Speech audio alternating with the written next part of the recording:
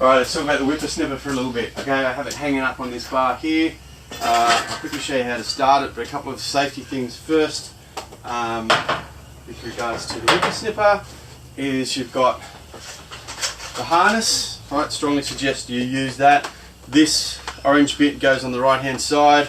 So when you strap it on, alright, you clip that up at the front. I'm just doing this rough. And you'll see that there's a little hook back here on the whippersnapper. Hooks onto that, so it just takes the weight off the whippersnapper, so it kind of hangs there and you just need to guide it. Trigger to accelerate. I'll show you how to start it in a second. And just be really careful. Yeah, like try to always wear the goggles I'll leave here, or geez, these are a bit rough if you are, because it does throw rocks and crap up. So if not, you might need to get some new ones if they're no good anymore, just because it does throw rocks up. So be careful with that. Okay, to start the whippersnapper, just in the top here there's a little soft sort of pumpy bit. So you press it once, maybe twice, just to pump a little bit of fuel in, and you'll see there's a choke. Let's see if I can pick that up for you.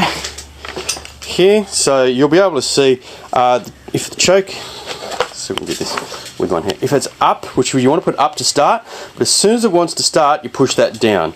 So choke up, we've pumped a little bit of fuel in, right?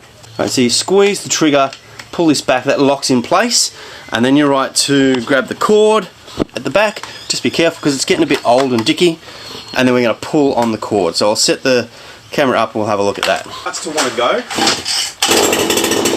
like that, and then put the choke down. Now you're good to go again. Right, now it's idling.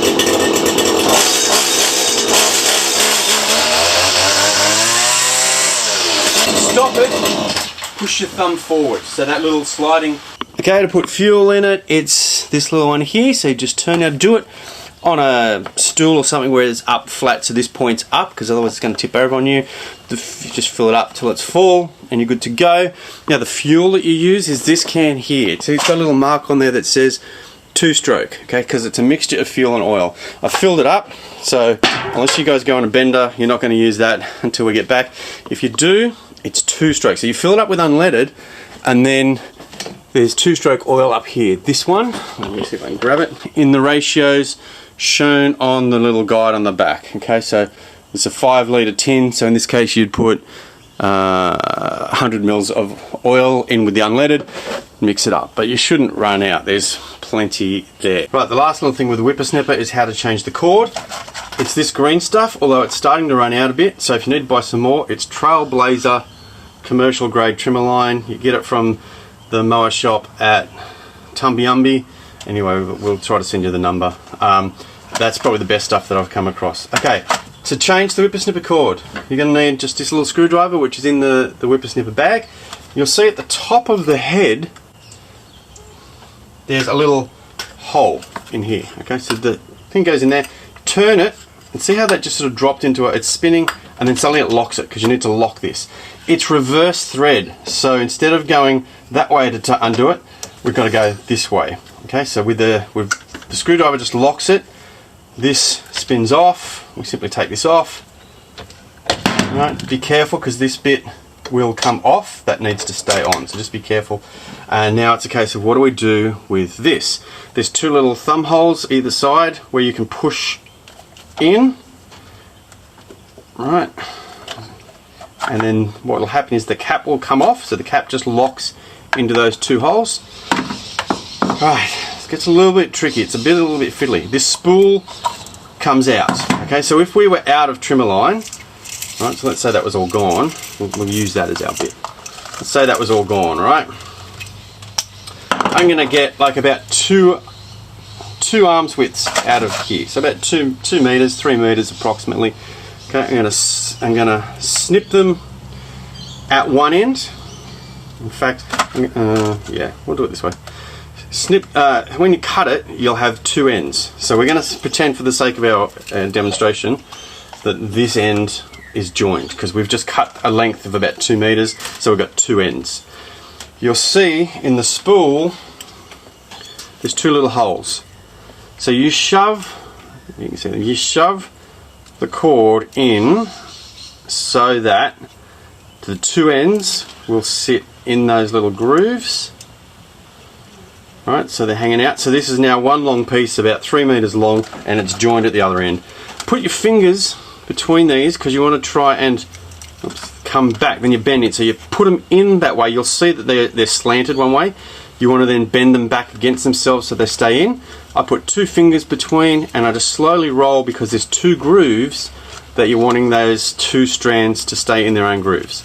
Right, so you roll, you roll, you roll, you roll, you roll, you roll, you roll. All right. Like I said, gets a bit fiddly. You're trying to keep pressure on these because if you let it go, the whole thing's going to spring open on you and you'll end up with a mess and you'll have to start again. Right, when you get to a point where there's about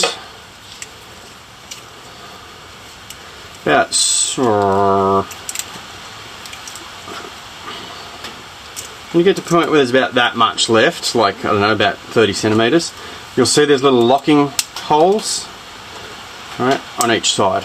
So now each one is stayed in its own groove and it's locked in with these little locking things. So this will be one big loop at the moment. Mine's cut, but only because this is one I've already done. So yours will be connected like a big loop there. All right, we now put that back onto the spindle where it came from. Okay. Tricky bit now is those loopy bits go around the outside. So once you unlock them, they come around the outside of that little sort of spring thing and then out the hole. All right, and you've got to try and keep pressure on all of that without letting go, because if you let go it's all going to spring open on you. So now I've gone from the loop around this metal bracket and then back out through the hole. So this is now all connected out here. I've got my fingers holding some pressure on here so it doesn't all spring out, and you've got to keep pressure on it until you can get the cap back on. Now you can let it go, you're all good. Get a pair of scissors, cut that, and you're going to end up with 2 long bits. Now they're too long, but that's okay because once you turn it on and start it up, they'll cut themselves down to size on the edge of the blade thing. That is fiddly and finicky, so you might want to practice with it at some point. It's completely up to you, or you can just figure it out on the fly. Keeping the screwdriver in to lock it, and it's reverse thread. So I'm going to turn this away from the screwdriver, right, and you'll see it starts to turn. Only got to do it hand tight.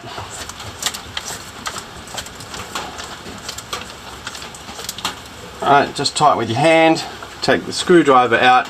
That's now good. They'll be too long, but I don't know if you can see there's a little blade on the edge of the thing. Once you start it up, that will chop itself off and you're good to go.